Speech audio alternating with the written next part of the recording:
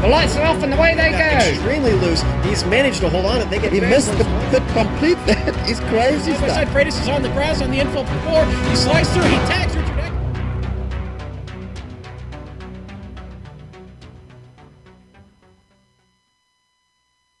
Indianapolis, a track so legendary it bequeathed its name to an entire class of racing cars. And while for most of its history it was the domain solely of those Indy cars, in recent decades the likes of NASCAR, Formula One, and even IMSA began to be allowed onto these hallowed grounds. Today, sports cars will provide the action on the tricky road course layout. Who will add a victory at the Brickyard to their trophy case? We'll find out soon as we get ready to watch Round 8 of the Ricmotech.com Challenge, and you'll see it all live here on the Global Sim Racing channel. Hi, I'm Joe Pekin. With me in the booth covering the GTE class is Samuel Ryman. Next to him covering the GT3 and GTC classes is Bill Soup Zahn.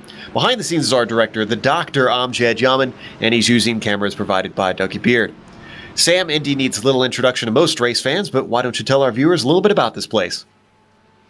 Well, as you mentioned, Joe, very little introduction, especially as far as the oval goes. However, there might be some fans who are a bit unfamiliar with the road course, so here's a little quick map of it. There's 13 turns in total, 2.6 miles in length. And for those of you who watch IndyCar nowadays, or who watched Formula One in the past, it isn't the current IndyCar road course, it's the old configuration that Formula One and other series used to race back in the day around the mid-2000s there. So you see, you start with a chicane going backwards down the front straight, you go into the infield area and it leads you back onto turn 1 and turn 2 of the ovals are the last couple of corners on this road course configuration. And we'll get down in just a moment, hop on board one of these GTE cars on track right now and take a lap around this Indianapolis Motor Speedway road course. So we watch Liam Park go around. Let's hop on board his car and see what a lap is going to look like as he's just about going to be finishing up, and then we'll get the start of this lap. This exit, I have to imagine, Sam, is going to be incredibly crucial coming out of here with that long stretch, the flat-out portion here onto the oval. Yeah, well, one thing that's usually, it makes road courses, but it also, it makes what we call rovals, but it also breaks them sometime. A roval, of course, being what we usually call these roads and ovals. And that's that the infields of rovals don't always produce the best passing, the best overtaking opportunities. Usually when it comes to a roval, as is the case here at Indianapolis Motor Speedway, passing opportunity is when you go into the infield, which is usually turn 1 of a racetrack as it is here. And that's because when you're on the oval portion of the circuit, usually you're able to get such a great run on the car in front because the straight's so long. You're able to get such a good draft on the car ahead of you that you are able to try and slingshot, make your move into turn 1 and try and lead the train of cars as you go through the infield. Now, that being said, as we watch Liam Park go down the back straight here is a place in the infield where you can make a pass if the opportunity arises. Indeed, one of the few places to try a pass around here, as you can see just how twisty it is in the infield, like Sam mentioned. Otherwise, turn 1 really is going to be your best bet. But as we let the qualifying work its way through, let's quickly go to the GTC standings. That's the Porsches, which we unfortunately just missed their qualifying a little bit earlier. We'll go over that once we go through the grid. Bill, what are the point situation looking like? You know, the GTCs might be the most competitive of the group, not only in the standings that I'm going to talk about, but also on track here today. You got 30 points to separate the top 4 drivers, and the top 3, Workman, Johnson, and Hamilton, all have a pair of wins each.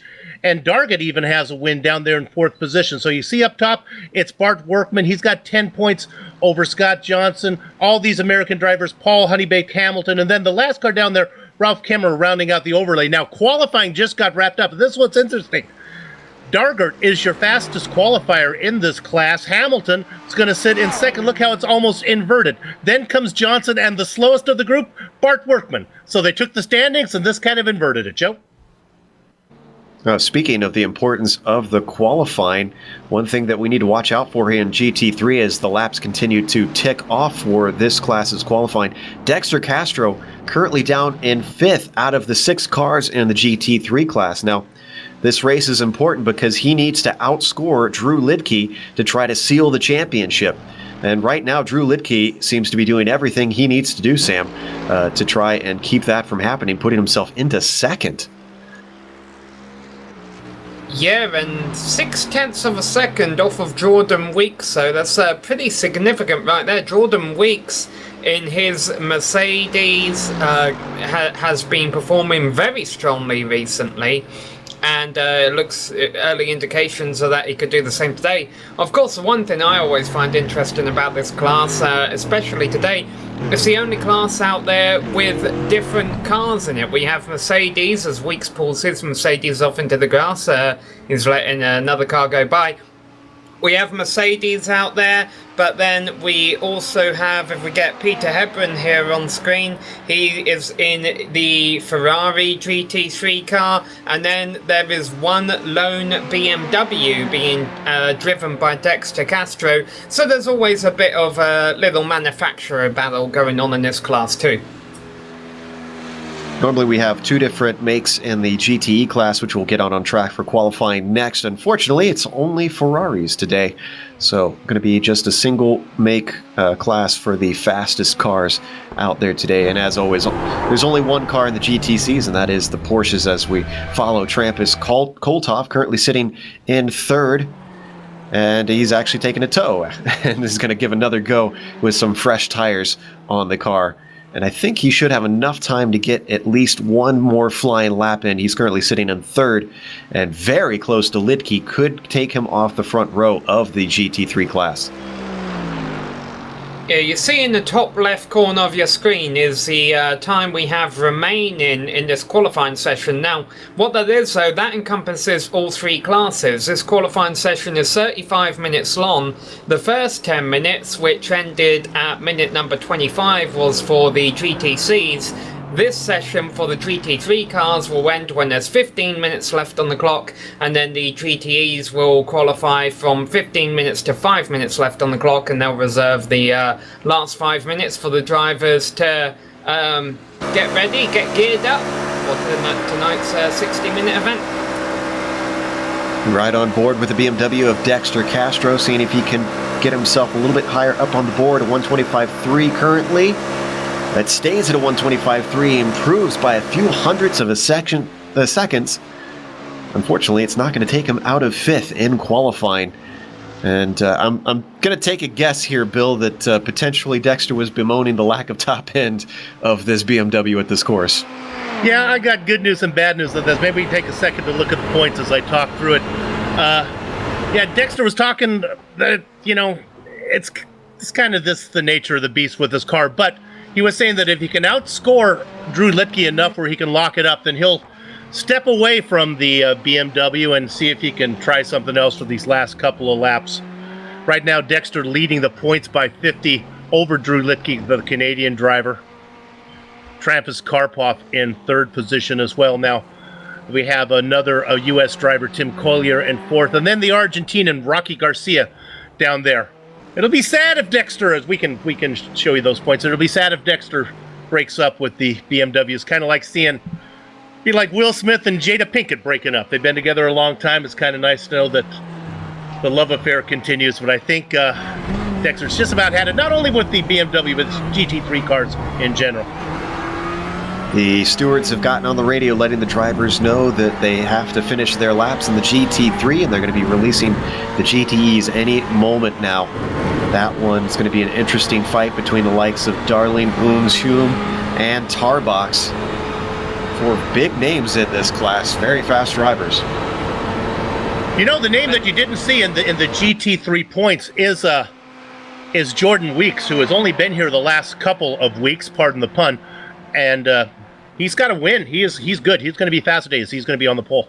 Yeah, and he just took another few tenths out of his fastest lap away. He was able to do that. He actually got a draft off of, I believe it was Liam Park, going through the oval portion of the course.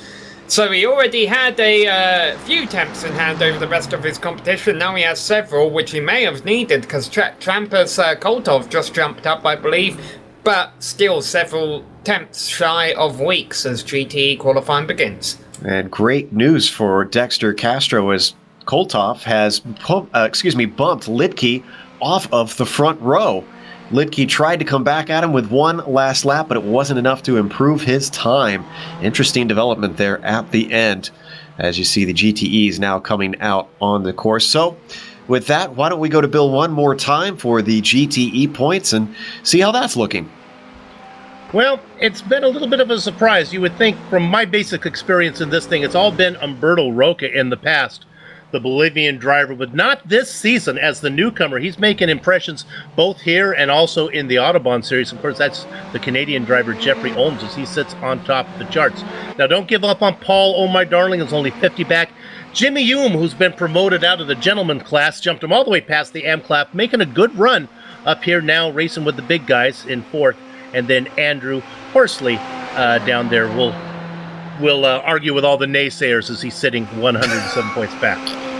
It starts again, and early. Now, one name that you might have noticed missing from all this qualifying that might seem a little bit important is Miguel Alcrudo. Now, he is actually located in Puerto Rico, and if you've been following recent events, of course, they are having serious troubles with their infrastructure with Hurricane Maria having knocked out a lot of the electrical structures and the access to food and water for many of the residents down there. Of course, our thoughts go out to everyone who is having trouble trying to just get by, and absolutely to Miguel Alcrudo. Hopefully we'll be able to watch this at some point, and of course, Miguel, we're thinking of you and hope you're able to come back soon. Now we ride on board with Jeffrey Ohms, the Canadian, as he tries to get his first lap, and nobody has a time on the board yet. Everybody's on their first flying lap. Yeah, I think Ohms will be the first driver to complete a flying lap. It was kind of interesting to try and see if any of these drivers would pull out just a couple of seconds behind another and get a draft on another driver, as we saw taking place in GT3 qualifying. So far that hasn't happened yet, though. They're all spread out on the track on their own. And after GT3 qualifying is already completed, I can give you an update. We got another driver just signed in, Tim Collier, so he will be here racing in GT3 as we start to get the GT lap times. Ohms with the first one at 21.5. Tarbox tries to topple him, but isn't successful. A 22.7, so well back, over a second back from our current pole sitter. Then we got Jimmy Hume getting one up on the board, a 22.5, putting him in second, just ahead of Tarbox. Paul Darling looks like his first lap did not count. In fact, he hasn't put a lap in yet. As twisty as this infield is, it's hard to keep on track, but then, as you mentioned, he may have just been doing a couple of outlaps. Maybe there was something with his initial setup he wasn't too happy about. Could be. Now, one thing that they have to watch out for right here, coming out of turn 7, Sam, we haven't talked about this yet, the slowdown penalties that you can get in two crucial spots on this track. Yeah, and of course, the big time to look out for slowdown penalties is on the opening lap. Just the way iRacing has it is that if you skip a portion of the course on the opening lap, it will hurt you more. You'll have to give up more time than what you would late in the race. However, that being said, any kind of cut course on turn 7 is going to hurt you, because you really need that momentum down that back straight. Certainly do. Darling's got the momentum heading down the main straight as he crosses the line, gets his first lap in, puts him into second at a 22.4. He is 9/10 of a second off of Ohms. In fact, Ohms is sitting in the pits right now. He seems to be happy with that with 21.5. Yeah, there's Darling, Hume and Tarbox all within 3/10 of one another. Ohms is a whole second ahead of them, so Ohms is feeling a bit like Lewis Hamilton in Q1 right now of any given F1 race. In fact, Ohms, we mentioned that Weeks won the last race at Road Atlanta. Ohms as well was our winner in the GTE class. Took that one home. I think he is looking to repeat today, judging by how qualifying is looking. Of course, qualifying and race are always two different things, and race pace could not be there potentially, but we'll have to wait and see.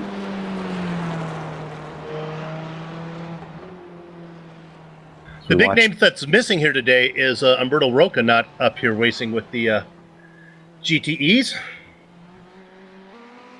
Yeah, I'd like to see him back and try and compete up there at the top. Usually a very fast driver. We're watching Jimmy Hume, the West Club driver, come around the final turn onto the front stretch. He sits in third at 22.56. He needs about a tenth and some to get past Darling, and it looks like he doesn't improve this time by. Now, of course, another thing to Bill's point about Roca not being here, he's sitting second in points behind Jeffrey Ooms. Well, the big advantage for Ooms today is there's only 4 drivers in a GTE class. So even if he does wreck on the opening lap and fade to a 4th place finish, he's still going to have a pretty decent points day there. And Roca already had a bad result at Spa where he only picked up 3 points, so they do allow 1 drop this season, but he's really kind of burned it there. So this is good news all the way around for Ooms as he could lock up this championship early. On the other hand, though, Paul Darling is notorious for starting slow, having to work his way through traffic and getting fast at the end of the race. The good news for Darling is he doesn't have anybody between him this time to work around, so maybe if he can hang on to the back of Ooms early, by the end of the race he'll be there. Now that's assuming he can break the draft. He did improve his time. He's got a 1:22.1. Still a ways away from Ooms, unfortunately, but at least he gaps himself away from Jimmy Hume slightly, and Hume is going to have to work all the harder to try to get himself onto that front row. In fact, Jimmy is coming around the final corner right now. Let's see what kind of time he puts in as he crosses the line. 1:22.5 before. Unfortunately, this time 1:22.6, so a tenth slower than his fastest. Yeah, and they're running out of time. Remember, they're not running to the end of the clock in the top left corner of your screen. They're running just to the 5-minute mark. That's when essentially the checkered flag will be flown on this GTE field. So we got 4 GTE drivers right now. With the addition of Tim Collier, we're going to have 7 GT3 drivers and a 6-car GTC driver field. But all of these fields looking rather close, so hopefully we should see some exciting racing out there. Although, as I say that, Jeffrey Ooms goes and improves his lap time, stretching his lead in the GTE in qualifying to about 0.7 of a second over Darling again. Rubbing salt in the wound. Another 10th taken off for the Canadian. He is making sure that nobody can touch him today. Darling comes around for one more lap. And it looks like this is a warm-up lap, so this one is going to be timed. Last one was not, as he comes down, and we ride on board into turn 1. Now, he will, if this lap goes to plan, cross the line with 5 minutes 10 seconds left on the clock. So I think he would have the option to do a second qualifying lap if he's not too happy with this one. Now, as he goes through 6 and 7 coming up here, this is the end, this right-hander is the end of what they call the orange zone, where drivers have to behave. And you really want to take the colors into play here. From a guy who's colorblind, it means a lot to me. It's not the chartreuse zone. It's not between like a green flag and a yellow flag, where you go racing and then be cautious. No, this is an orange zone. That's between the yellow caution flag and the red do not race flag. They're serious about this. They don't want you to get in any trouble all the way from the start-finish line to the exit of turn 7. However, they are allowed to pass, we should clarify. Yep. So they can race, it's just if you make any mistakes that hurt someone else's race, well, it's you're going to be punished harshly, to put it lightly. So as Darling now comes around the final corner, down to that start-finish line, a 1:22.1 currently. He needs 0.7 to try and topple Ooms from the pole. Can he improve it? He does, but only 2 more tenths. He's finding that pace, Bill. That's a moral victory. Even though he doesn't pick up any spots, he knows that he's a little bit closer in time to Ooms. And honestly, he just has to be close enough where he can hang close through the technical section, like through 1 to 7, and then pretty much the draft will keep you in the hunt. Alright, Ooms is in the box. All 3 GTE drivers who aren't Ooms, who are trying to look to topple Ooms, on the track on their final fly-in lap. So the first one we'll have cross the line is Jimmy Hume, he's in 3rd right now, and then Paul Darlin and Robert Tarbox Jr. are both on full son right now, trying to improve their lap times. It's one final shot. What can Hume do as he comes out of the last corner? Brings it right up to that wall. He's in 3rd currently, and he's going to stay in 3rd despite taking another 2/10 off. Next up is going to be Darling. Michigander entering the oval through the short chute, backwards from what our oval fans might be used to, into what is usually the first corner of the oval. In this case, it's the last turn on the track. Really important to get your foot down through here. He needs another half a second. Does he do it? He takes 3/10 off. So close, but not enough. Finally, Robert Tarbox comes right across after him. He sits in 4th. He stays in 4th with no improvement on his time. So it's going to be Ooms, Darling, Hume, Tarbox. No change in that order. With that, we're going to take a quick break here on the Global Sim Racing channel. We'll come back to you with the grid and the start of the race here for round 8 of the Ricmotech.com challenge.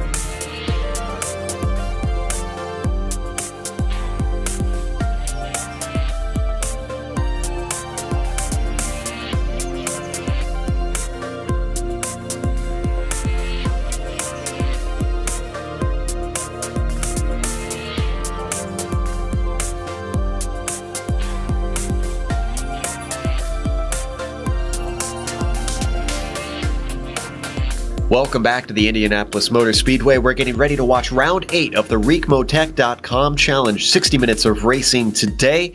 But to give you a little bit more information than that about how this race will go, let's go to Bill and look at the details of the race.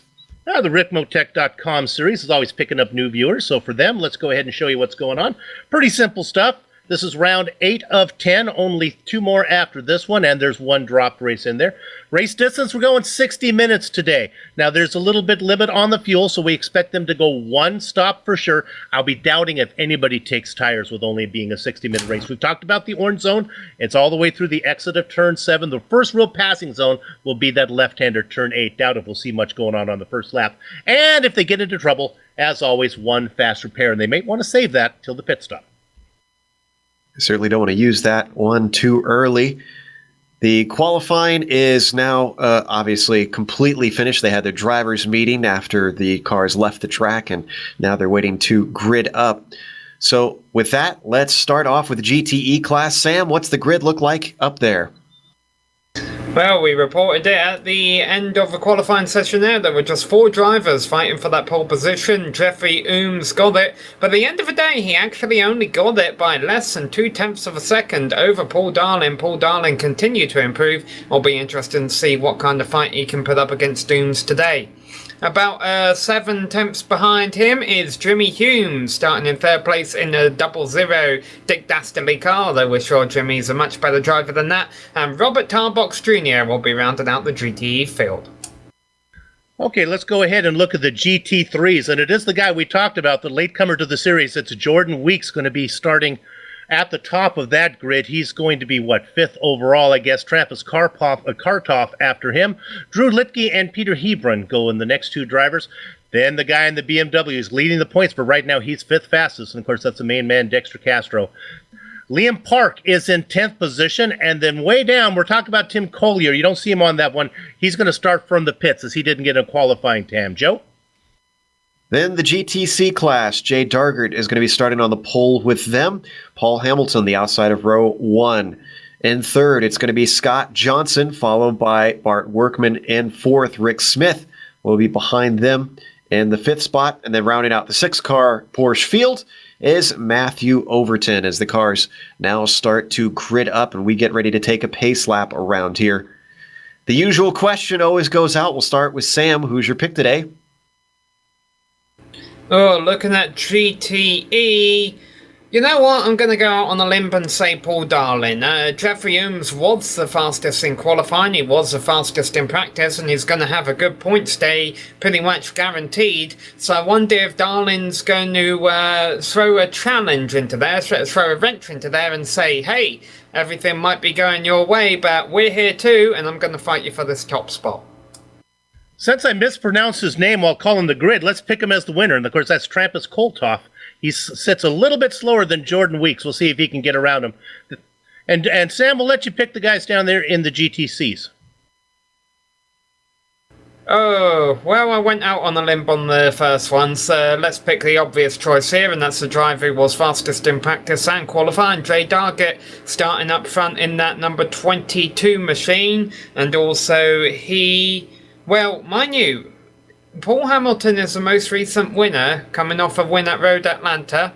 So we'll see, I'll say Dargett, but Hamilton could definitely have something for him. Could be a dark horse today. So, as they now take off on the pace lap, or at least I thought they were, Ooms gets on the power. Now they get going. All right, as the roof is going to lead them around for a single lap. One thing we should talk about with those Porsches, Bill, is there was some discussion during the practice between the drivers about it being a little bit marginal if drivers try to go too wide to the inside of that final corner for the Porsches. Now, do you actually expect the drivers in the faster classes to pay heed to that, or you think we're going to see some scary situations? I do not expect them to be that sympathetic. And honestly, if you're a GTC driver and you're saying, hey, I might end up in the wall if you try to get underneath, well, that's kind of, you got to learn to take that corner, maybe not on the racing line. But yeah, I can see why they're concerned. But yeah, no, I do not expect if the inside's open, I expect those faster drivers to go ahead and take it. There's that driver adage, you can control your right foot, right, Bill? Yeah, that's right. That's very true. Of course, that was the That was the talk a few years ago when they ended up with only 6 Formula One cars here. They just told everybody, go slower, and your tires went, well, that's not going to happen. Well, thankfully, we're not going to have that case today. At least we don't expect all the drivers to pull off and leave only 6 cars on track. I'm not sure if we're going to be able to call a 6-car race for 60 minutes if that's the case. There we see that GTC class following up. They're going to split the starts if you haven't watched mixed class racing before. Obviously, each of the classes tries to give each other a little bit of space so that they don't get into one another. Right now, the roof pace car finally heading into the S's through that turn 8 at the other only real good passing spot, although, as Kevin Brown likes to say, the whole track is a passing spot. Yeah, that's good theory, but really it isn't here, is there? Right, Sam? Only a couple really good spots. Yeah, you may have noticed Tim Collier is starting on the track, but he does have to start at the back of a GTC field, despite the fact he's racing in GT3. But only 6 cars between him and his class, so that's not so bad. All right, Sam, roof pace car getting ready to peel away. The GTEs getting warmed up. There might be only 4 of them, but I think it's going to be a hot one out there. Yeah, well, this is the best passing opportunity for Paul Darlin here, even though he is going to be starting to that outside. Jeffrey Ooms leading them through the Turn 1 IndyCar banking, but it's Turn 13 today here on this road course configuration. Ooms leading them down slowly but surely. Any moment now he's going to jump on the loud pedal. Green flag is out. For those about to race, we salute you because Ooms is leading this 4-car GTE field away, and Darlin may have to worry about holding on to that second position because Jimmy Hume looking down the inside, but he backs off and Ooms leads them through turn 1. It's Weeks into corner 1 first for the GT3s. Litke following him. Castro has made a nice run up to 3rd. Picked up a couple spots down the straight. Koltoff behind them. Oh, we're going 3 wide, a little bit farther back in the GTC pack. Rick Smith to the inside. He might get a cut course. He goes way over the curbing. Hamilton comes around the other side of him. Workman comes out the best in that group. But up at the front, it's Dargert leading the way from the pole. Everybody with a nice clean start off the front. And just as I say that, oh no, at the back of the Porsches, let's take a look and figure out what happened back there into turn 4. Looks like Smith got loose right in front of Overton. Yeah, and Overton had no place to go with a car to the outside. In fact, that was Tim Collier of the GT3s who started in the back of them. We're going to watch from the Canadians on board.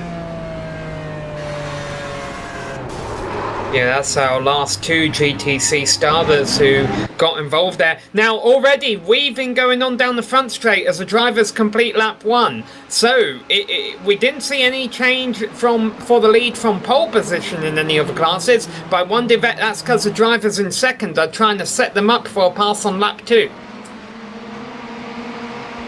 The GTEs all staying relatively close together here at the start. 2.2 seconds between all 4 of them after just 1 lap gone. But Darling is definitely not letting Ooms get away with this one, keeping him in check. And I'm sure that draft is going to help him all race long. Yeah, Ooms was weaving like a loom coming down the straightaway trying to break Darling's draft. But Darling, we talked about it, he was about 0.3 of a second, actually 0.2 of a second slower in qualifying. Fast enough, I think, to stay on the back of Ooms. The same thing was happening in GTC class as they completed their first lap. Jay Dargert was swerving left and right, trying to break a draft from Johnson and Workman. And of course, the thing that these GTC leaders are going to have to worry about is Tim Collier working his way through that field, and which might break him up a little bit. Tim's going to want to hustle to try and get to the back of the GT3 pack, which right now has the closest fight on the track. Dexter Castro working on his championship competitor, Drew Litke, directly behind that Mercedes. He's going to get the tow, which he's going to need in that Bimmer. Yeah, Castro really wants to get around Litke so he can get that divorce finalized and jump to a new car. He's already starting to salivate at the idea of racing something else. Litke able to hold him off. If Litke can finish ahead of Castro, it won't get cinched up yet. So right on the dash, you can see just how difficult it is for Castro to try and run down that Mercedes, who's got a fair bit of top end. He's going to have to get a good launch if he wants to make a pass into turn 1, or maybe get sneaky somewhere else on the track.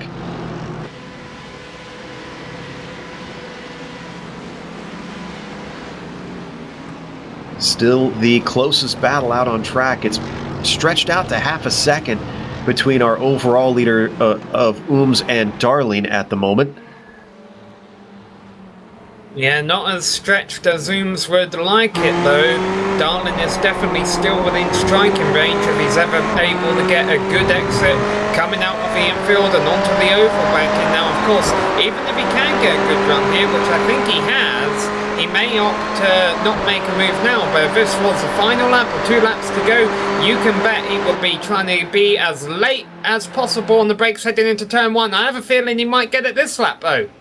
Great exit out of the final corner. Look at him reel him in. Ooms weaving once again, trying to figure out which way to go, trying to break the draft side by side down into turn 1. Darling on the outside in the yellow Ferrari, and he's not able to get him as he defends.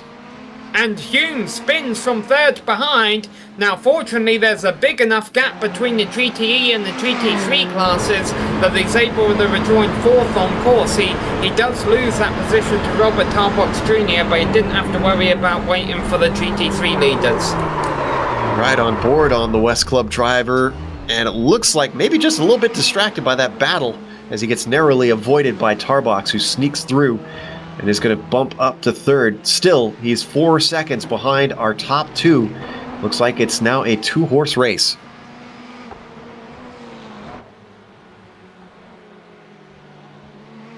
A little bit farther down, Tim Collier's made his way into 3rd out of the GTCs. Now, one thing I wanted to talk about here... Well, I'm going to correct you there on that, Joe, because he's the guy who started from the pit, so he's working his way through. He's not in a Porsche. Oh, yes, I know. That's what I was saying. I see. Okay, got it. He's trying to get through them, and it's taken him a while. And that's actually what I want to talk about as we see Johnson go way wide through turn 6, but not lose a position, thankfully. I suspect maybe that Collier's having some problems with the long stretches here, where the GTCs are actually very fast. I've been watching him. He's been very, very patient, but yeah, it hasn't been as he hasn't been able to weave his way through really quickly. Let's see what we look at him there as he's chasing.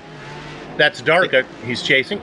And this is where he would be faster in that GT3 machine, is through the twisty bits, which is not always easy to try and get by. And you're going to see here, if we could stay with Collier, and he might be able to get past this time. Oh, now he's finally up ahead of all the Porsches, but will Darkert come back at him, not willing to lift here? Darkert's got a pretty significant gap behind him ahead of Johnson, so I have a feeling he'll be willing to be patient.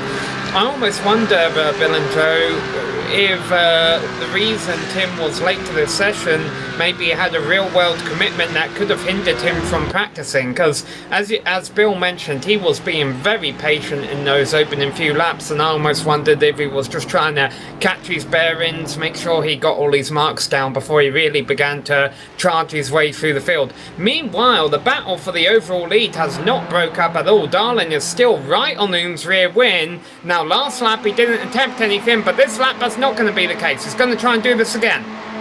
Goes to the outside once more. Now he's got a nose ahead, though, with a great run. How is he going to be on the brakes down into turn 1? Just barely ahead. Oh, but he goes out to the grass, and he can't quite make it. Car bounding over the green stuff. Manages to make it back. He's going to have to hope that he doesn't damage the under tray with that. Yeah, and he's gonna have to hope that he hasn't lost the draft here, Bill. That's exactly what I was going to say. That mistake could cost him. Looks like he's got to gather back up, but he's now almost a second back. Oh, and something may have happened to Dexter Castro here, as it looks like he's dropped behind Kolthoff before Castro was in 3rd behind Litke. Yep. Let's look at the replay here.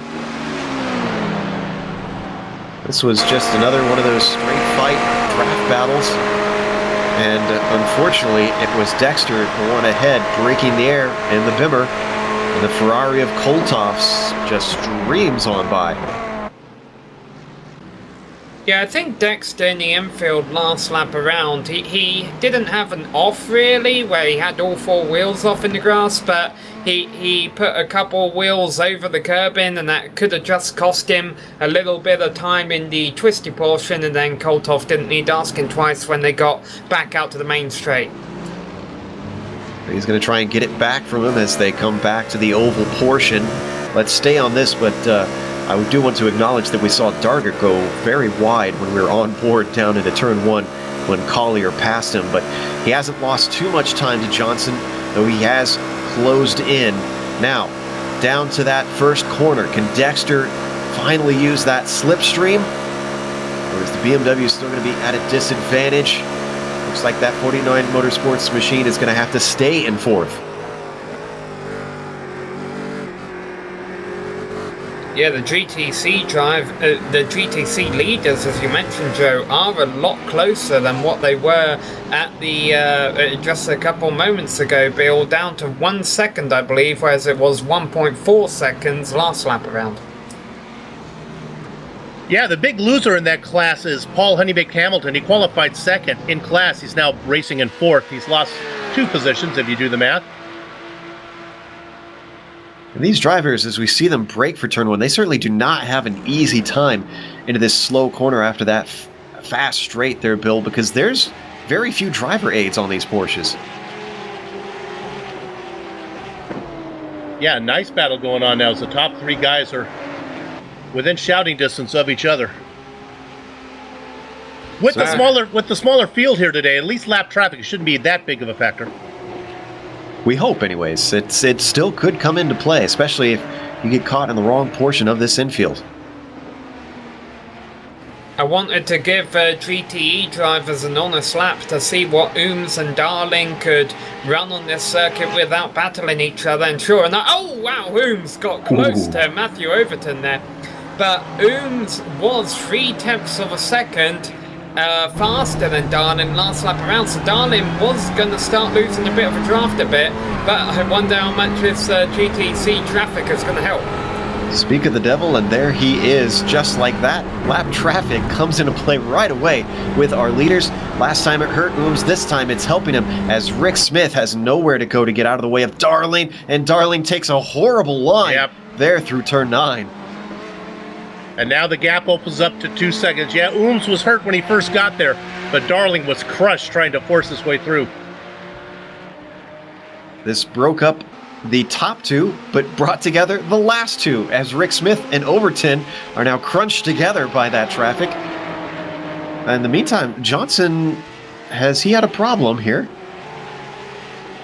Oh, looks like outbraking himself. We're going to look at the replay as the 4th place GTC car. Here we're going to see just an example of the lack of those driver's aids. No ABS on these Porsches as he locks them up. Yeah, you have been in 2nd place now, down to 4th. Lost positions to Workman and Hamilton. Well, now Darling is going to have to work on his own overtime, as he's 2 seconds back from and I believe that draft has been broken. He's trying to hustle that Ferrari around as good as he can as he comes onto the backstretch, really taking it out to the limits, tempting fate with that potential slowdown penalty on the outside of 7. And of course, these 2 packs that we've been watching are soon going to merge, with Jeffrey Ooms and Paul Darling coming up to lap these top 4 GTC cars, but the GTC leaders of Dargett, Workman, Hamilton and Johnson are not as close as what they were a lap ago, with Johnson in 2nd place.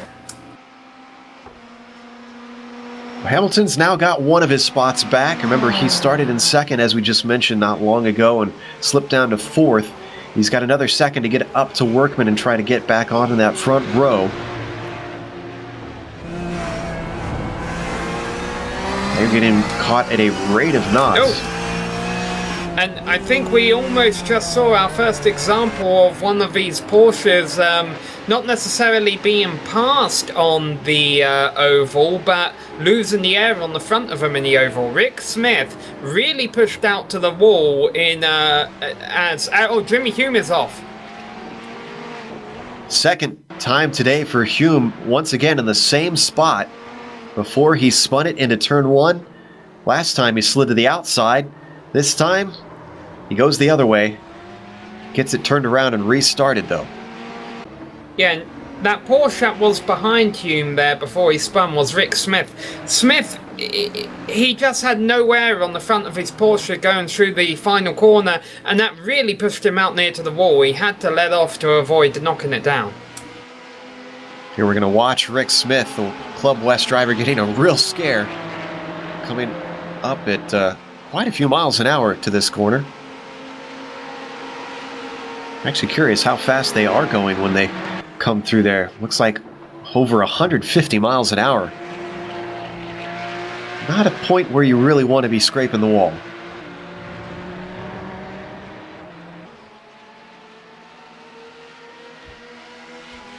As we see Overton currently sitting in 5th and trying to fend off Rick Smith. Let's go to Bill for the GT3 cars, though, and we haven't really checked in on them in a while, Bill, so what's been going on over there? Yeah, we haven't checked in because Jordan Weeks has checked out. He's up by 6.3 seconds over Drew Litke. Now, this is the big news. Remember we talked about Litke and Castro. Koltoff sits in 3rd, so Castro wanted to finish ahead of Litke. That's not going to happen. Right now, he's finishing 2 spots back as Castro sits in 4th. A real quiet run from Peter Hebron in 5th. But the big news is our GTE drivers are starting to come through traffic right now. Ooms has just got around Workman. I guess he's almost done. Yeah, those are our overall leaders. I would like to note, actually, that Castro has dropped off from Koltoff. It wasn't many minutes ago that he was passed by the Ferrari, and he's now 3 seconds behind. That's a significant drop in so little time. He does not seem to have the pace of that number 13 machine. Yeah, well, keep in mind that Castro got that spots on a great first lap where he picked up 2 or 3 spots. Now I think he's given them all back when everything settles down. It's all a matter of pace. Right on board with Koltoff as he hunts Drew Litke through the twisty bits, waiting for the right time, which could be coming up here. Oh, he is way to the inside of turn 10, though. Now onto the oval. He's going to get the slipstream.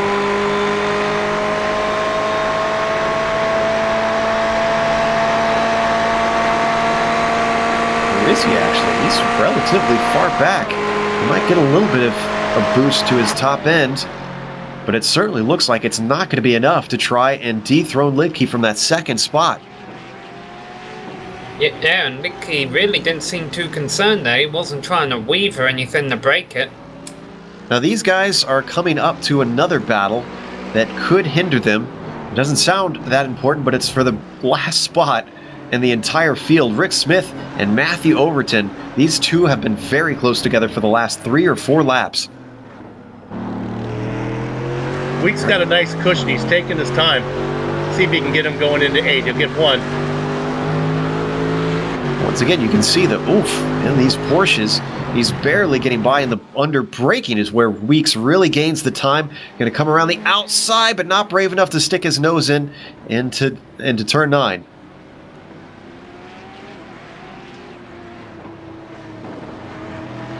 Now back onto the oval, sets up the exit. Beautifully done by Weeks. Last round's winner is going to be able to stream on through. Litke puts a couple wheels off. That could cost him 2nd. It is going to cost him 2nd, but can he get it back on the main straight? Every mistake matters in a track like this, where drivers are going to be desperate to try and make an overtake, but Koltoff, could this be a miscalculation? Here comes Litke back at him with his slipstream.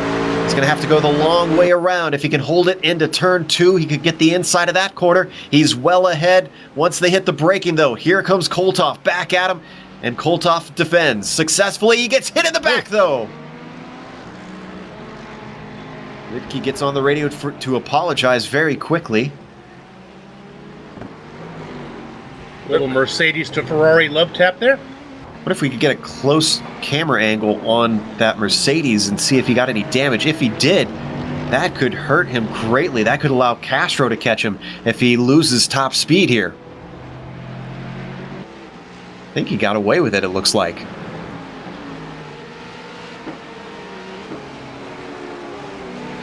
Don't know if that's a testament to the strength of the Mercedes nose or the weakness of the Ferrari's tail.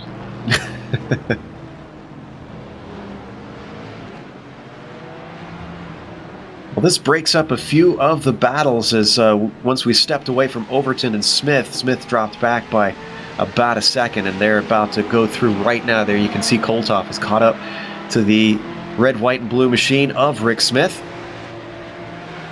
Yeah, this could bring them back together, though, because Smith doesn't want to give up the inside line because of that. Whoa! Smith's still dragging in the wall. And he's going to let him through on the inside this time. Oh, and as we go to replay, we saw a big lockup of Overton, but no change of position for either of them.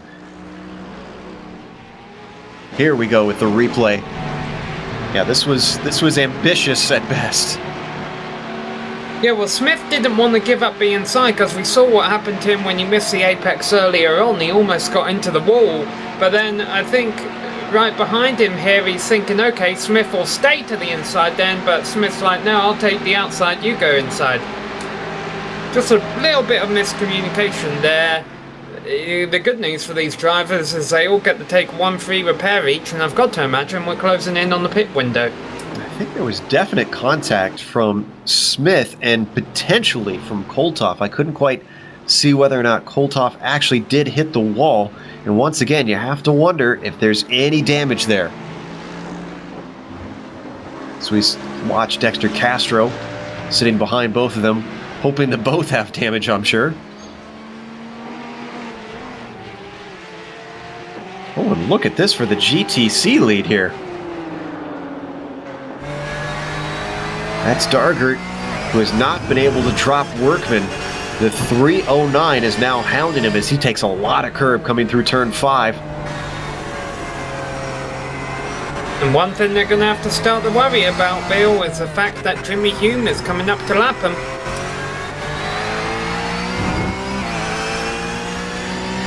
Hume getting a run down the backstretch, but shouldn't catch them here. He could possibly be held up, although he's not battling with anybody through these S's. And there you can see under braking that GTE machine gains all kinds of ground.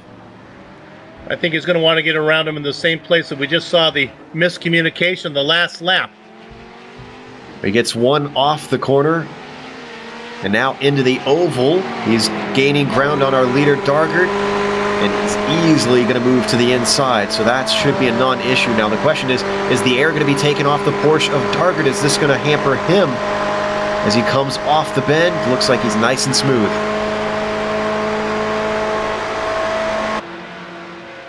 Sounds like we had a bit of an issue with Matthew Overton, though.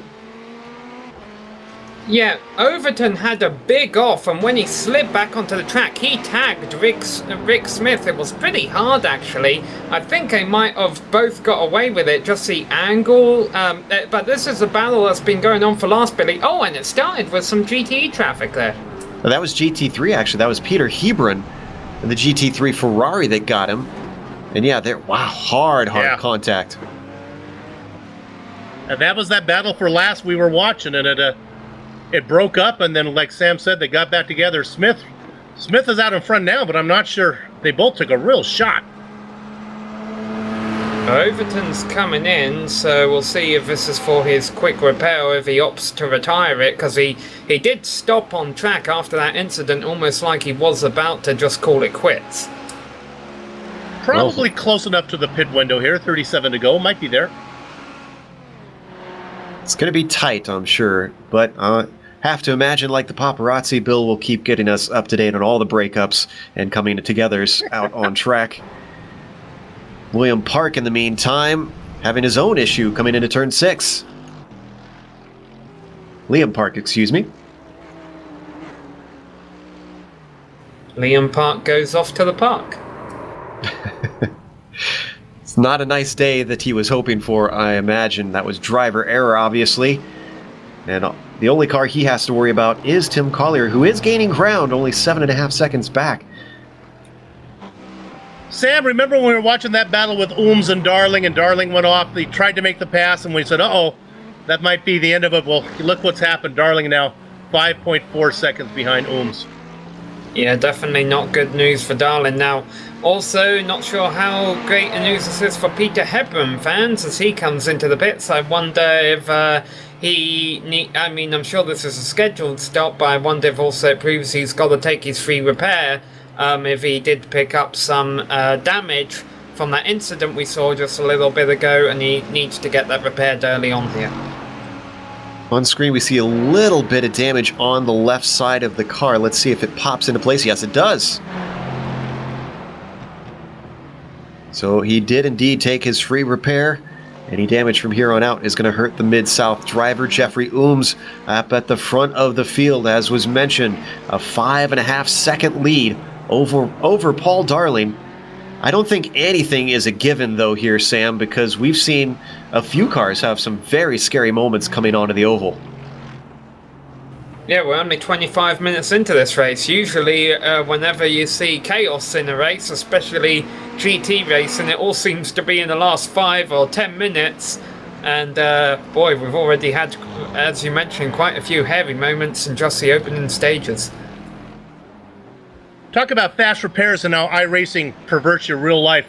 Today is National Taco Day. To celebrate, I brought home a big plate of tacos for my wife and I, put it on the table, it fell off upside down onto the carpet, and instantly I thought, fast repair. You can't get one in real life. Oh, if only, Bill. And I'm sure maybe you could feed those tacos to your bird. It was so sad. Happy National Taco Day, everybody. Today is also World Animal Day, so happy World Animal Day to your bird, Bill. And to all of our viewers with pets out there, quite a few of us here at GSRC are animal lovers ourselves. I know Sam has a few of his own. As we watch Jordan Weeks try to wrangle the car of Paul Hamilton aside, can't seem to find a spot as he gets slowed down.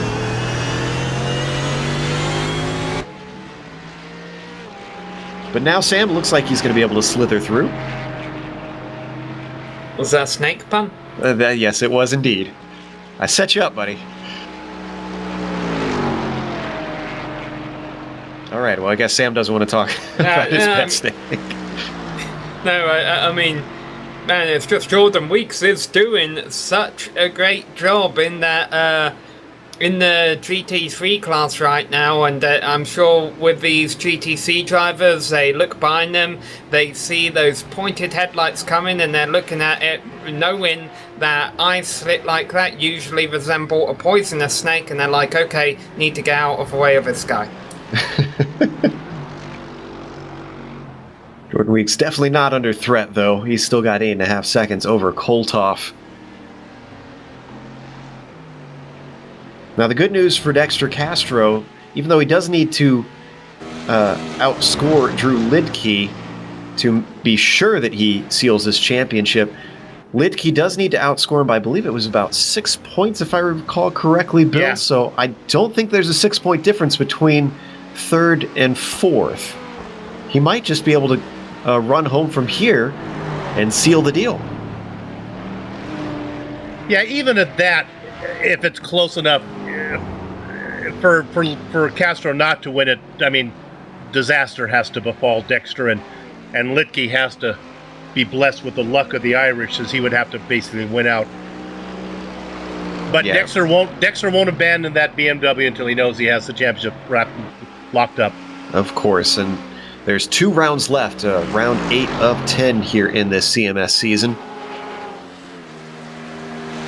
Overton may have had some problems yet again. He's slow on the backstretch. And I think once again we're seeing the lack of driver aids on the Porsche, making it one of the most difficult cars to drive in these 3 classes. Here out of turn 7, just loses traction.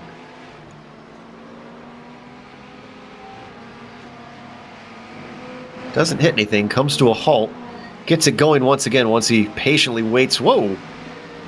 As Rick Smith takes an odd line to get through. And talking about another bit of odd line through the infield, Jordan Weeks caught Jay Dargett at a place I don't think worked well for Dargett, Bill, because Bart Workman is running him down. Yeah, I saw that as well. Dargett lost a ton of time as Weeks letting Weeks get around. And here comes Workman. And remember, Workman leading in the points. A couple wins for Workman so far this season. Darkett has one, sitting 4th right now. And we talked about it, this championship back here in the GTCs, still very much in doubt. Dargard can't seem to catch a break with traffic. It's hurt him a number of times. Workman not close enough to use the draft, although he's keeping him within about half a second. Now they come down to the braking to turn 1. They look about even. This is a pretty good fight. Despite Dargard being able to pull away, there doesn't seem to be that much of a pace difference between these two. Paul Hamilton is sitting back there in the far popcorn position, Bill. Scott Johnson would be in 4th, but it looks like he's coming in for his scheduled stop. Hamilton right now being pressured by Koltoff. Of course, Koltoff trying to do what Weeks just did probably a lap ago, get through these 3 guys. No problem for Koltoff getting past Hamilton as he comes to the back stretch. Still keeping about 2.5 seconds over Lidke, who he is steadily and surely dropped. Bill, I think Workman's... do you think he needs to pit here? Yeah, you know what? You could make the pass, do the pit pass in the pits. Especially considering they're having to deal with so much traffic right now. Well, I think if I would Workman, I'd definitely have an eye on my mirror and my F3 box. And it looks like he's not going to pit, though. He's going to stay out, maybe chance to see if Koltoff won't quite catch them in time. On the other hand, Dargard was a second faster in qualifying. Workman might be saying, okay, I've caught him. Maybe I can just stay here and see if I can stay with him and run some hotter laps. Maybe Workman might think that Dargard is actually faster. This is an opportunity for him to be on an equal playing field. Workman giving that first apex a miss, but doesn't lose a lot of time on the GTC leader. We did get... Go ahead, Sam.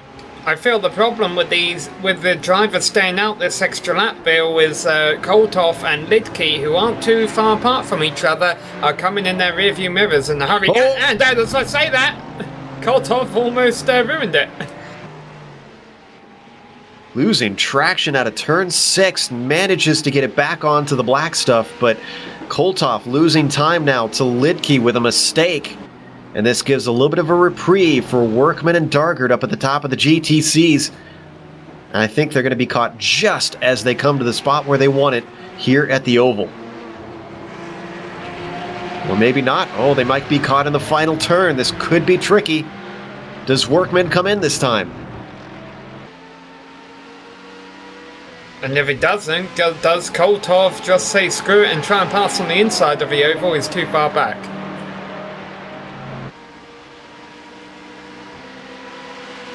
A little bit of weaving from Dargard. Workman had a great exit, and he is closing in at a high rate of knots, but he runs out of straightaway, and you can see the braking difference between the GTC and GTE classes, as now Koltoff is being held up, but gaining ground on the leader. Dargard is running out of space. Workman closing in. Oh, and he gets putted from behind. No. Yeah, that's just, and I was just about to say, this is a case where Workman has every right to be as aggressive as he wants to, and sure enough. Let's stay on this replay after the contact. That's Workman getting just center punched. Now go to Koltoff if we could, and Lidke gets by. Coming into turn 5 and completes it in 6. And Workman is not out of the woods yet. He comes back out on track right ahead of Paul Hamilton. And Dexter Castro, just to complicate things, multi-class traffic. They've even got the third class of Jeffrey Ooms coming in there.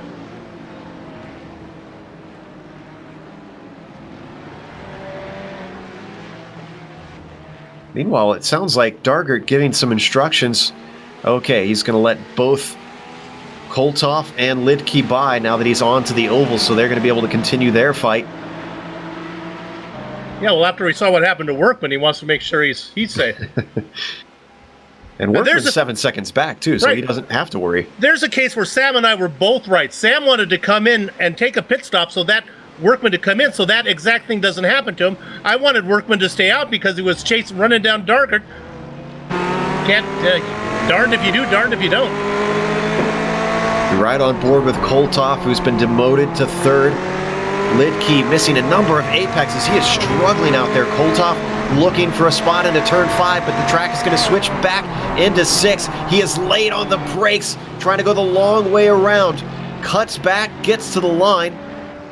Oh, and he sneaks his nose in down into 7. That rarely works. There's just nothing in there. And finally, he gives it up and slots back down into 3rd.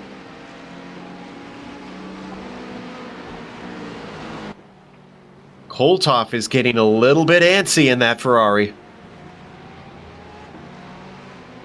Dexter Castro is probably enjoying this, even though he's about 6 seconds behind. This is probably gaining him time. He's well, as you said, 6 seconds back. I wonder what his laps are compared to these two with all the back and forth they're having. Castro about a half a second faster than Kolthoff that time, and was even faster than Lidke. He's definitely going to want them to continue. Meanwhile, Rick Smith took his pit stop. Oh, no, he did not. Excuse me. Rick Smith had an incident all by himself coming through turn 4. Let's take a look at the replay here. Caught just the end of it, it looks like. And that car taking evasive action is Scott Johnson slipping through. That was a pass for position as Johnson gets that spot. That fight for 3rd, or for 2nd, and the GT3 is certainly not over by any stretch of the imagination. Kolthoff continues to try and look narrow into turn 7. I don't think I've ever seen a pass work going into that corner. Coming off is another story.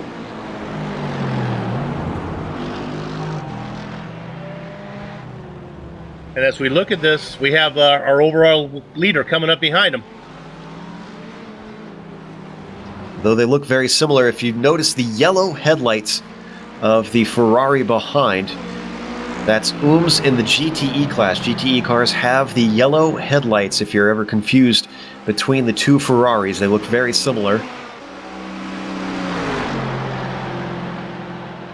He's going to sneak by. Is he going to help his teammate, though?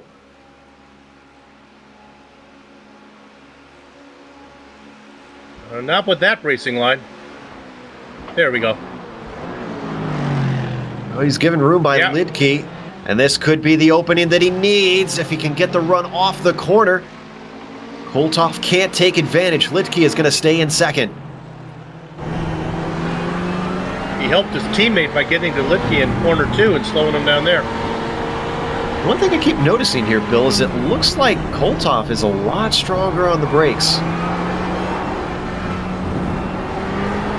Meanwhile, pit road has been quiet recently, but just got its first visitor for a while, Tim Collier. And the significant thing about this is that Tim Collier has been quite fast in his Mercedes today. He had just caught Liam Park, who was running at the back of the GT3 pack. Recall, Tim Collier had to start from the back of everyone in this race, so it will be interesting to see if he can leapfrog Park and get up to Castro after this round of stops is over. Don't know if our viewers caught it, but when we were on board through turn 7 with Kolthoff, this car was getting a little bit crossed up and managed to gather it back together, but that cost him some time and quite a few car lengths on Lidke's Mercedes. We've talked about the top drivers in a few of the classes, but Bill, the podium has a 3rd driver in the GTEs. How about Bob Tarbox Jr. racing in 3rd position, number 86 machine? Very quiet race, hasn't had any trouble. Yeah, he's 23 seconds behind Paul Darling, but that's okay. Looks like he's got a podium. Now, I don't know about that, Bill, though. Jimmy Hume being only 3.5 seconds behind him, the next car behind him on track right now.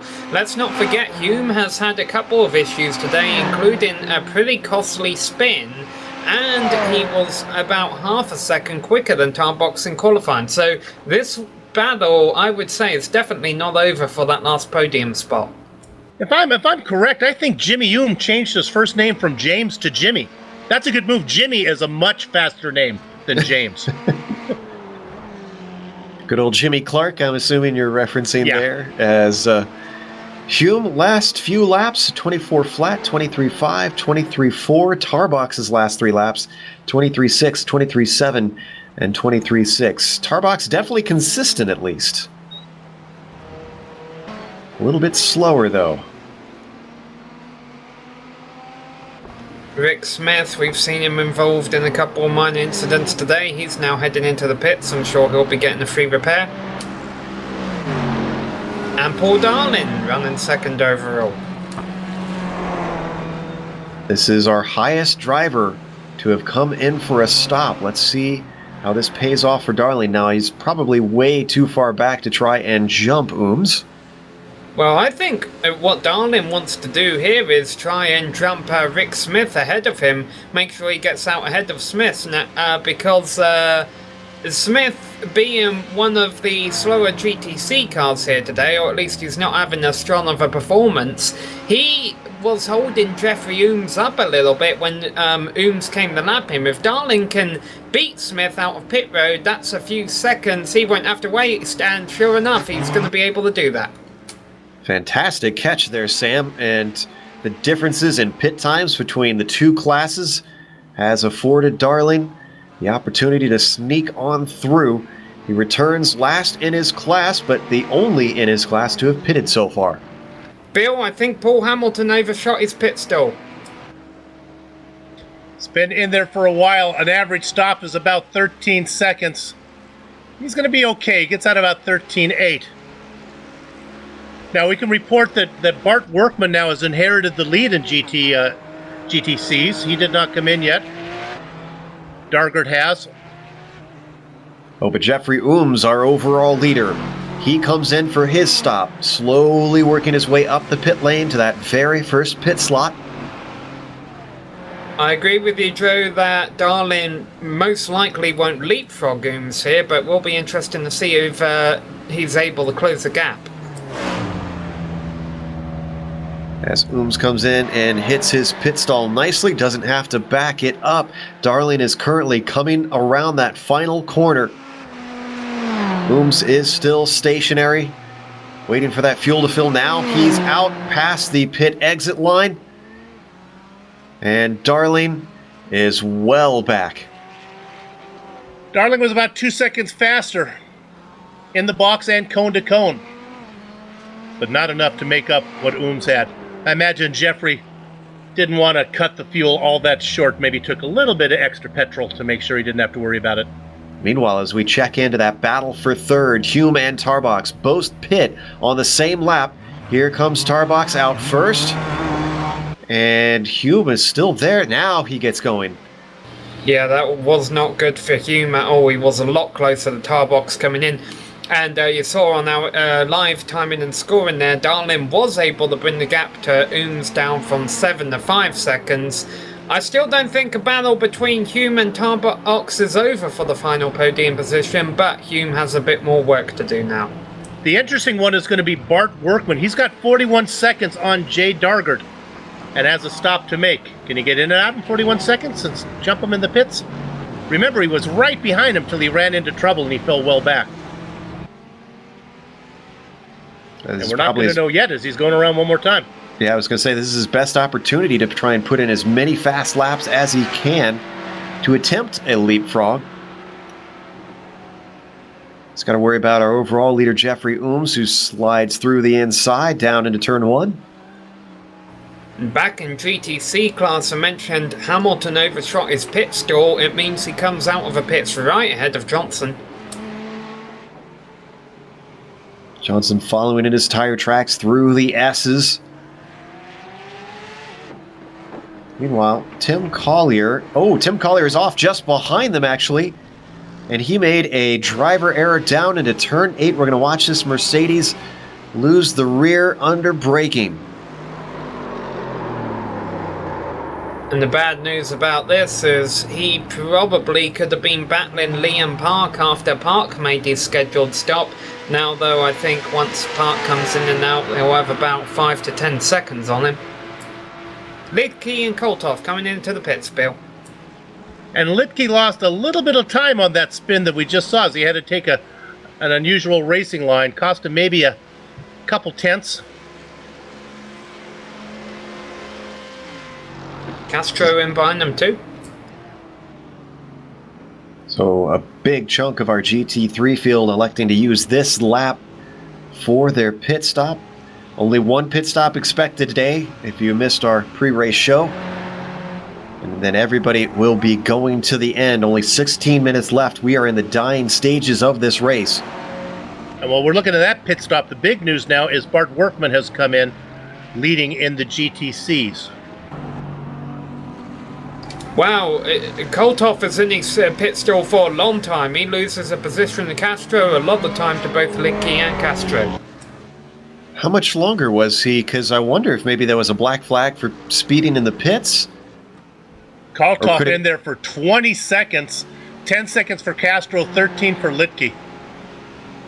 Could be repairs as well. Meanwhile, we're going to watch this battle for the lead. As Workman exits, Dargard is coming out. He got him. Well ahead. In fact, once Workman gets up to speed here, this gap is looking at about 4.5 seconds. I think Workman gained time though.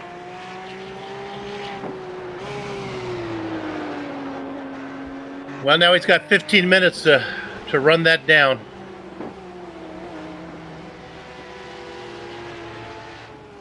So with Kolthoff's extra time, we've seen him go through both Castro and Lidke before. Oh, as big mistake there from Workman, but manages to continue. But I have to wonder. Oh, and there's some chatter about, I think, fuel. Is that what they were talking about there, Bill? Yeah, I couldn't make it out, but it might be that somebody thinks they may have not put in enough fuel. Well, I think maybe they were talking about Kolthoff's extra time. Either Kolthoff put in way too much, or both Lidke and Castro put in way too little. Well, Jordan Weeks, one driver yet to pit, is coming in now. mind you, Castro was about 3 seconds faster than anybody else, but he's also driving the BMW. And I'm not sure how thirsty the BMW is. Yeah, that was interesting pit comparison there. When we saw those three come in, it was a Mercedes, a Ferrari and a BMW, one of each car. Oh, and this will change things up a bit. Oh, and Kolthoff, who is trying to make some pace on Castro and Lidke, as we watch on the replay through turn 6, gathered it up twice, and twice was not able to keep it on the black stuff.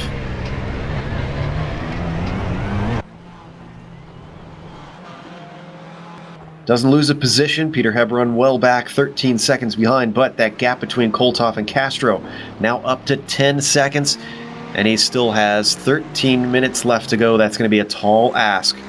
Yeah, he didn't lose one, but the chance of them picking up now are much slimmer. Yeah, New York driver I don't think is going to be able to do anything unless he gets a mistake out of the drivers ahead. Jordan Weeks is back out. Now that every driver is pitted, let's give you a rundown of each of the classes. Let's start with the GTEs. Sam, what does the fastest class look like? Well, Jeffrey Ooms is leading as he... Oh, and that's Overton going for a spin at the back of a picture. He's done that a couple of times today. Hopefully he won't hit anything.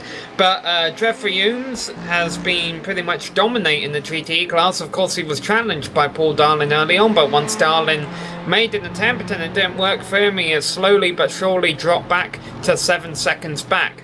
As far as GTE goes, a real battle we've got to keep an eye on in the closing moments is Tarbox and Hume. I think Hume is slightly faster, but right now the gap between them is 4 seconds, just a little over 4 seconds.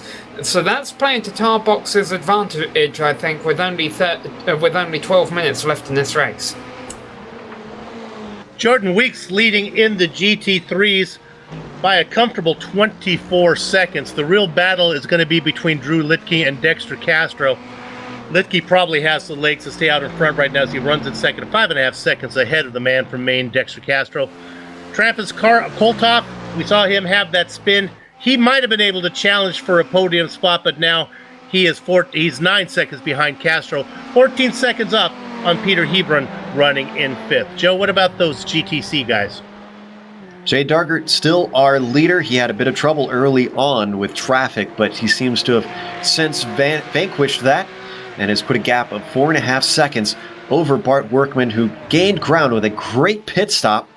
Unfortunately, he doesn't seem to have the pace to get up to Dargert. Workman sitting in second. Paul Hamilton, right now he's rounding out the podium. Remember, he's got Scott Johnson not far behind. Hamilton having a bad pit stop put him in the clutches, could still potentially lose that third place. Johnson in 4th. Overton is sitting behind them well back. In fact, a lap down from that class leader. Overton not having the best race today. We've seen a number of spins and a number of incidents with him. Same thing with the driver behind him, also nearly a lap back. Rick Smith rounds out in 6th for that GTC class. And that's through the field here of round 8 for the Ricmotech.com Challenge. Thanks for joining us here on the Global Sim Racing channel. This race at the Indianapolis Motor Speedway's road course has been a fascinating one as championships are on the line. I think, ooh, and Jeffrey Humes almost loses it. There's a lot of traffic going on through turn 6 and turn 7 right now. The biggest battle out of it all is Paul Hamilton and Scott Johnson. If Johnson's able to close Hamilton once all this traffic clears, that would be for 3rd place in the GTC class. But Jeffrey Humes, boy, he had his tyres locked up. He's got a 10-second lead in his class, but that will vanish if he runs into one of these machines. He's trying to wait patiently. He's given the inside by Liam Park, which, by the way, that's another battle we need to watch out for, because Tim Collier, in his fight from the back of the GTC class when he started, has finally run down Park to only 2.5 seconds. Yeah, Collier would have it by now if he hadn't had that spin during the round of stops. Yeah, Johnson definitely close to the Hamilton. I wonder, Bill, if they were in clear traffic, if Hamilton would able to be able to pull away, because he was fast in qualifying, even though, to his credit, Johnson was faster than Hamilton in practice. Right now, it doesn't really seem to make a difference who's faster. They both have to navigate a lot of traffic, and the draft is always going to come into play. Off goes Collier again. And Liam Park. Yeah, they both get in the same turn. And those are battling for positions. Let's see who gets out there first. Looks like Collier's going to get it. What in the world happened there? Are they teammates? They got identical paint schemes. I wonder if Park's like, hey, you were about to pass me anyway, I'll let you pass me while my car's stationary. You'll see this is Liam Park we're watching. He just loses it all his own, was narrowly avoided by Johnson and Hamilton. And then, for some reason, Collier just spins in sympathy. That's exactly what he did. I will admit that turn 4 is an incredibly tough corner in every car I've tried that turn in. Well, Collier was about a half second faster than Park, so Park might have been pushing it to.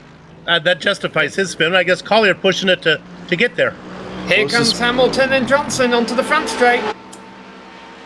As our cameras now turn to the closest fight on track. Johnson wants that Hamilton position. Looking to the inside, the draft allowing him to sneak up there. He's going to have to brake hard, but he's not brave enough. Just getting a nose ahead. It looks like Hamilton might be able to fend him off as it switches back into turn 2. He slides a little bit. They've also got traffic trying to work its way through.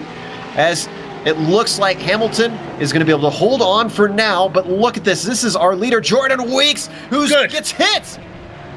I have no sympathy for Weeks.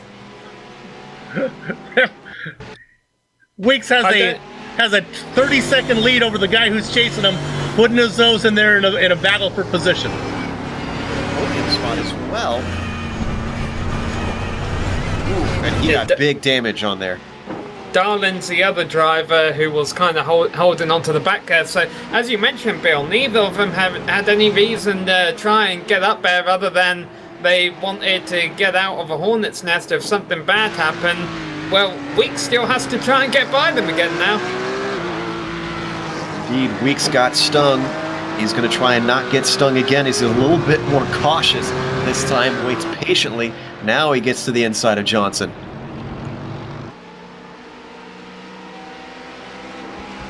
Weeks getting on the radio saying that no worries with the contact. Good, I'm glad he feels that way.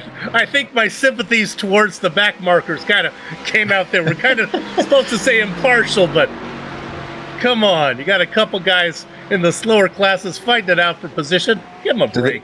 Do they get a few extra sugar packets for their coffee at the back markers United meeting? Yeah, that was... I actually may have to come in for a brush-up meeting after my comment there. Another battle that's not on now, but it could very well be on soon, and it's for maybe even second, third, and fourth in class, Bill, in GT3. That's Lidkey, Castro, and Koltov. They're all not that far apart. Well, I'm seeing Koltov actually 8.5 seconds back, so he's dropped well off of Dexter Castro, but Castro is reeling in Lidkey. Yeah. That one's legit. That BMW is starting to come. And of course, what would be exciting to keep an eye on Koltov there for is if Castro and Lidkey do battle, Koltov would be able to close in. This was helped along by Lidkey's spin just a few laps ago into turn 4, which has brought Castro back into things. But now he's got to make good on it now that he's given the chance. He's only got 5 minutes to do something. Yeah, and with the traffic clearing, the battle we had been keeping an eye on between Hamilton and Johnson will still be on, although Johnson not close enough to do anything this time around. Not yet. I believe we're getting close to about 3 laps to go here. I think Johnson is going to get to Hamilton before Castro gets to Lidkey. Oh, so. And Darling has spun in turn 4 all by his own. Is able to return to regular racing without having any incident, but driver error. And the difficult turn 4 takes out another Ferrari momentarily. And now just ahead you have the Hamilton-Johnson battle with Darling looking on. And they're side by side through turn 7. Are they going to go 3 wide down the backstretch? Yes, indeed. Here comes Darling to the outside. He's going to be able to easily outbrake them. And this game of chicken goes to Johnson, who is bravest down the inside into turn 8.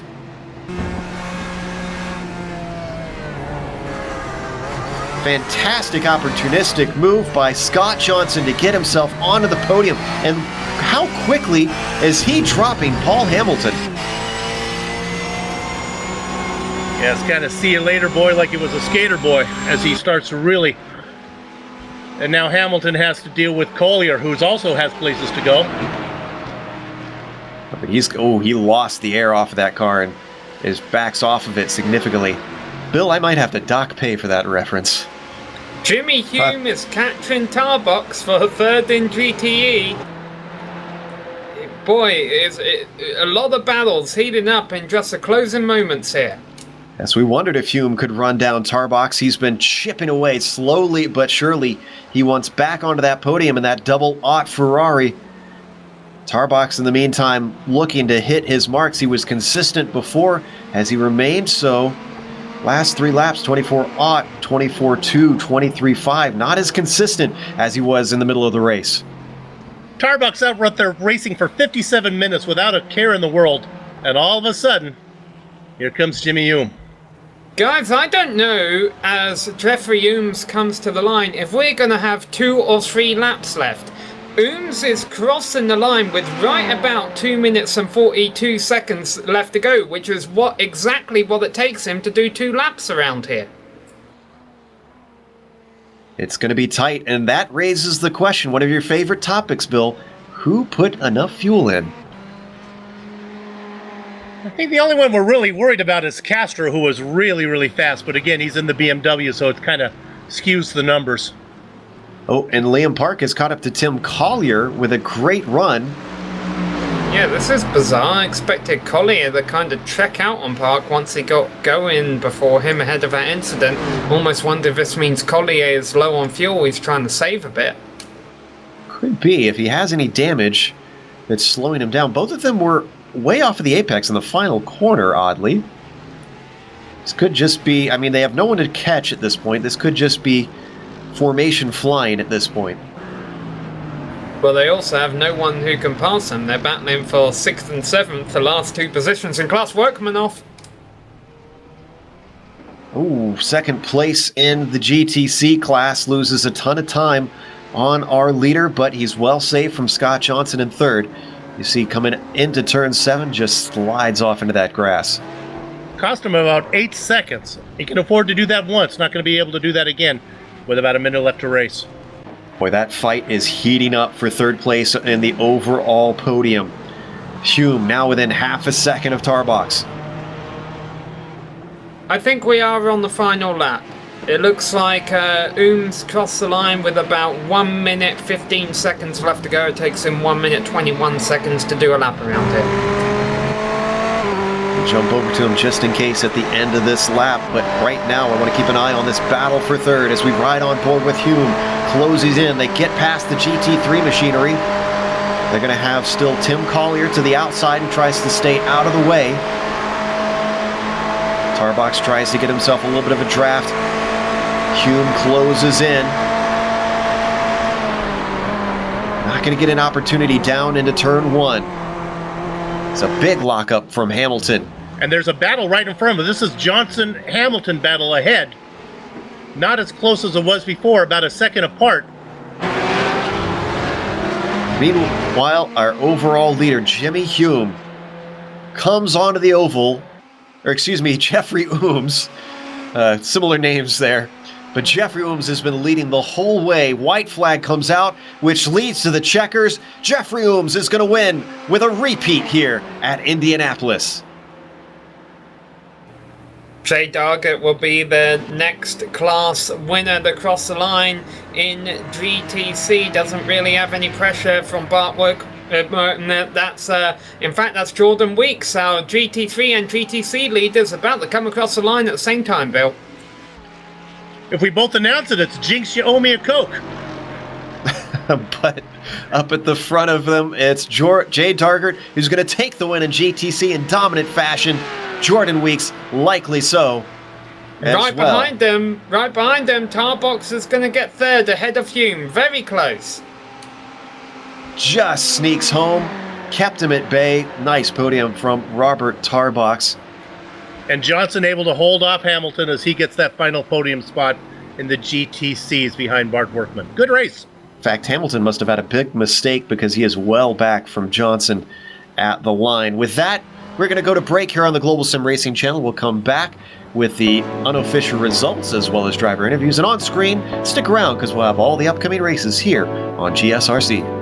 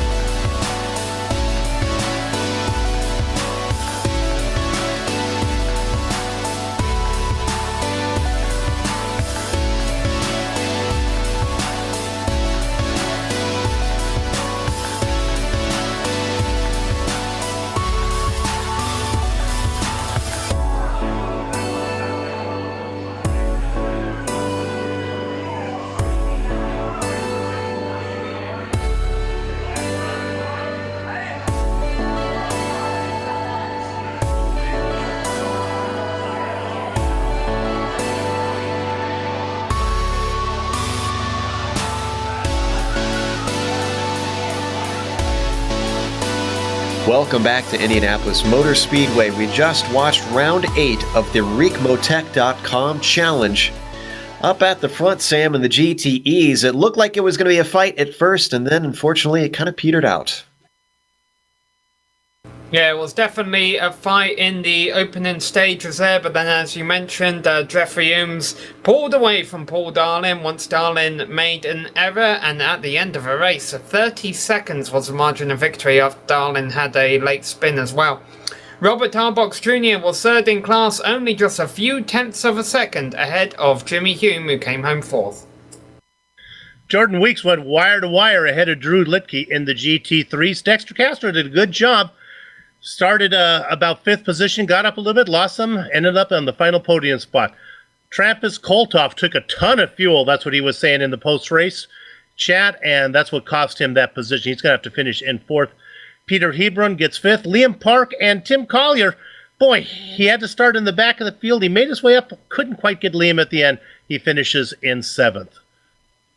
In the GTCs, Jay Dargard also had a fight early on with Bart Workman, but once he was able to drop him, there was just no stopping Jay for yet another win. Bart Workman took second behind him. Scott Johnson fought hard and was rewarded with a podium spot, taking home third. Paul Hamilton, unfortunately, late in the race, slipped down to 4th well behind him. Matthew Overton had his fair share of troubles, but still takes a 5th. And then rounding out the whole field, we've got Rick Smith, last overall. With that, it sounds like Sam has caught up with our winner this week, Jeff Ooms, his second in a row. Yeah, Jeffrey Ooms, the second consecutive victory. First off, congratulations. Thank you. How good does this feel knowing that Humberto Roca wasn't here to gain championship points tonight? I mean, it feels alright. You always want to race your competitors right to the very end there, and I don't know what was going on with his schedule there today that he couldn't make it, but yeah, it's unfortunate, but at the same time it is a benefit, so I will take it. Yeah, and with just 2 rounds left to go, the next round being Interlagos, obviously this is very promising in your championship chances. However, Paul Darlin wasn't going to let you just walk away with it in the opening stages there. He was giving you a real fight. Yeah, he was giving me hell right from the start there, and I couldn't get away from him down the straightaway. I don't know if it was just the draft or if he had a different wing choice than I did, but I was doing my best not to let him get by me, and I knew that if I could just kind of break the draft a little bit, I was trying to snake back and forth there for the first couple laps to just try to stay ahead of him, and if I could do that down the straight, I could slowly inch away from him in the road section. And just to clarify for our confused viewers, Interlagos isn't the next race, it's the final race of the season. But going back to our race winner, Jeff Ooms here, how did you know you could pull away from Paul Darlin once you broke that draft? I kind of did, I guess, just from the little bit of practice that we were doing, but I didn't do much practice for this race compared to the other races that I've done this season, so everything's always a toss-up when there's the 2 or 3 of us up front there, always running anything's possible.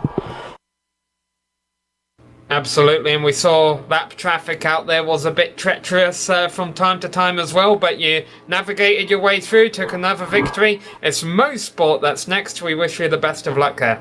Right on. Thank you guys very much. That was our winner in the GTE class. We also have our winner in the GT3 class, who Bill has caught up with, Jordan Weeks, coming home unfazed for most of the race. Jordan, you got a late start in the season, but boy, you've been hot lately to win 2 in a row. Pretty much wire to wire, except for one little exciting incident. Yeah, surprisingly, the car was actually quite good. Yeah, it's just all about pacing myself today, and it seemed to have worked out great. Okay, if you ever take the time to watch the rebroadcast, let me go ahead and apologize right off here and get it to you. I was a little rough on you there when you stuck your nose in a battle going on. You had a 30-second lead, a battle ahead of you, and it put you off in the grass. Were you scared a little bit there? No, at the time, because of the GT3s having a bit better grip, I decided to just go around the outside. give the guy enough room, and it turns out I didn't know what he did there, but I think he maybe understood or had a slight moment, and it just went straight into me. I was just quite confused afterwards. The good news is it didn't damage the car. You were able to bring it home, making a nice run at it. We're getting to know you. Where are you from? So I am from the United Kingdom, living in London right now.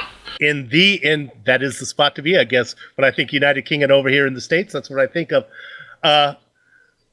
Is the GT3, is that your car of choice? What's your favorite car on the iRacing service?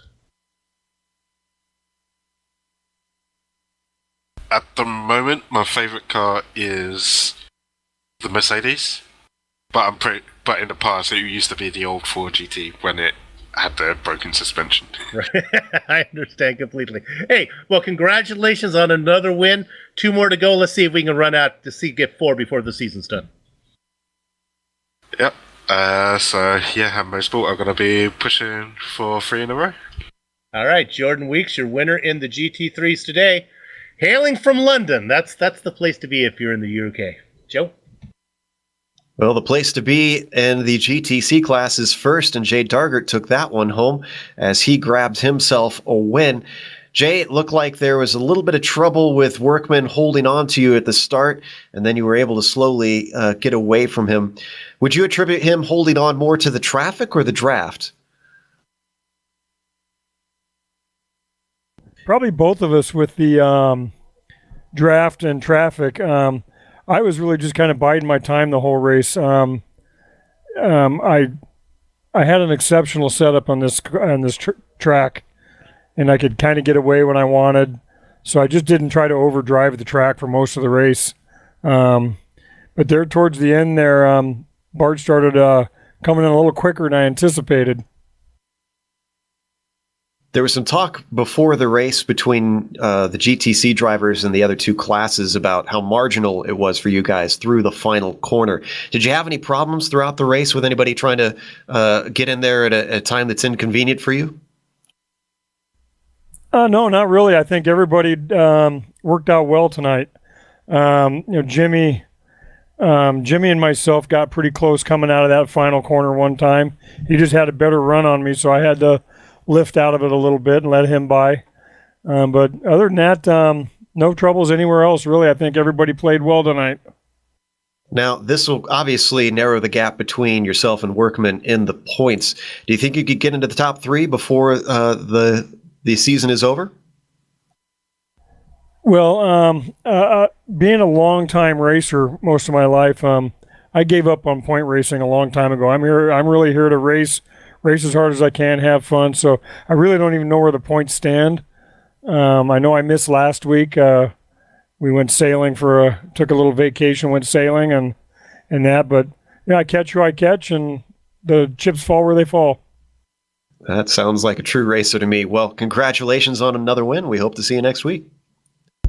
Awesome, guys. Appreciate it, man. It was Jay Dargert, our winner, sailing away with the victory there in the GTC class. And I think the last one that we're going to talk to is a driver who is very close to clinching the championship now. Bill is going to be talking to Dexter Castro about what we believe could be it for the GT3s. Dexter, were you close enough? Is it over between you and the BMW? Dear friends, we gather here today to pay our respects to our dearly retired friend, the BMW Z4. She retires as she lived, short a tenth of a liter, and desperately trying to save tires. She will be missed. She brought us many good times, a podium in the top split of the Petit Le Mans a few years ago, a championship in DGFX. But those times are over.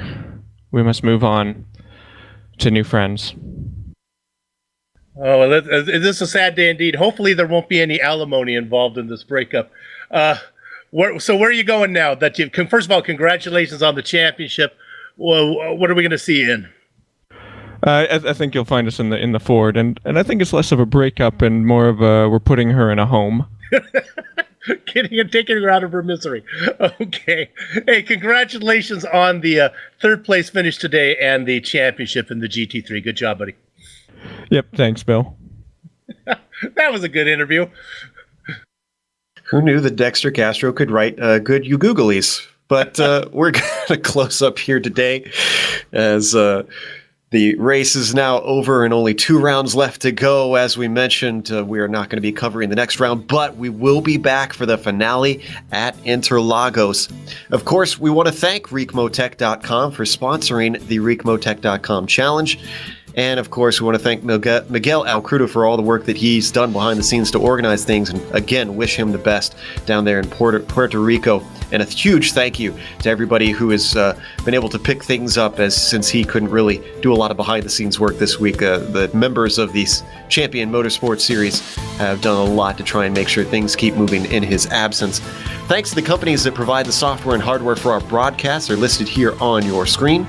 Additional thanks to Eric Eckholm and Casey Lalonde, who provide our wonderful music. See the screen for how to get a hold of more of their great work.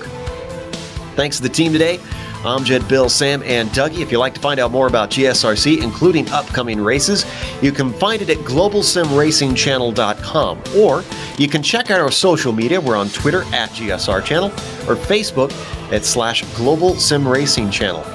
As we mentioned, our next bit of coverage will take place at Interlagos. That'll be Wednesday, November 1st, almost a month from now, and that'll be at 9:45 p.m. Eastern. Don't let that break make you leave this series. This has been great racing all season long with these guys, and we want you to see how things finish out. We also have upcoming races for other series listed on the screen, so check those out. Mark them down on your calendar. However, until next time, race clean, race hard, and we'll see you on the track.